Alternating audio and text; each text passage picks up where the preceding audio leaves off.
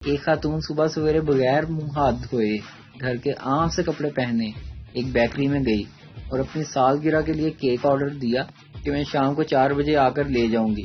شام کو ٹھیک 4 بجے وہی خاتون تیار ہو کر میک اپ کر کے بیکری جا پہنچی اور پوچھا کیا کیک تیار ہو گیا ہے؟ آج صبح ہی آرڈر کیا تھا۔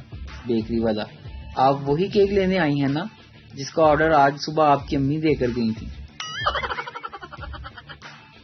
جج پٹھان سے: تمہارا جرم ثابت ہو گیا ہے، کل تمہیں پھانسی پر لٹکایا جائے گا۔ پٹھان: وہ تو ٹھیک ہے لیکن اتارا کب جائے گا؟ ہم شام کو رکشا بھی چلاتا ہے۔ جیل میں کسی نے پٹھان سے پوچھا کہ تم نے ایسی کیا غلطی کی کہ آج تم جیل میں ہو؟ پٹھان: میں نے بینک لوٹا اور پیسے وہیں گننے بیٹھ گیا۔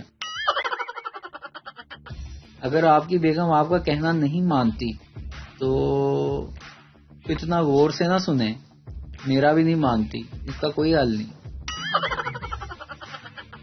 پپو کو پیپر نہیں آتا تھا، وہ پیپر پر ہاتھ بنا رہا تھا۔ ٹیچر: یہ کیا کر رہے ہو؟ پپو: پیپر بنانے والے پر لعنت بھیج رہا ہوں۔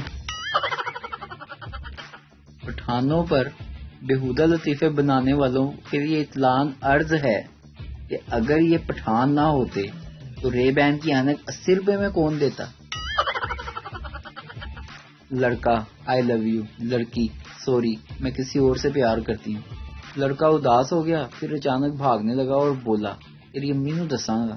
لڑکی بولی رک جا بغیرتا، آئی لو یو ٹو۔ ویڈیو دیکھنے کا شکریہ۔